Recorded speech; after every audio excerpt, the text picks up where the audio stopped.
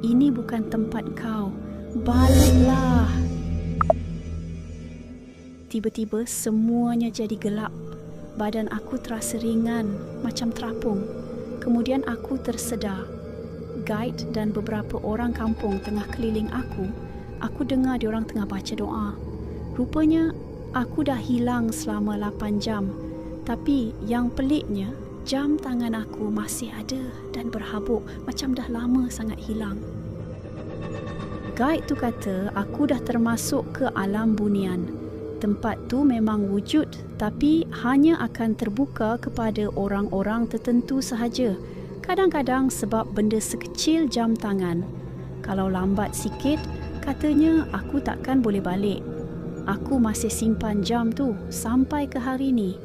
Tapi aku takkan pakai lagi.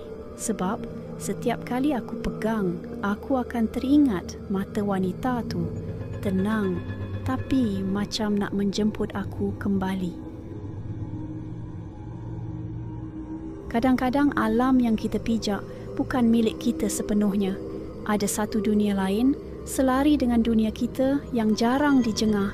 Tapi sekali kau masuk, belum tentu kau boleh keluar.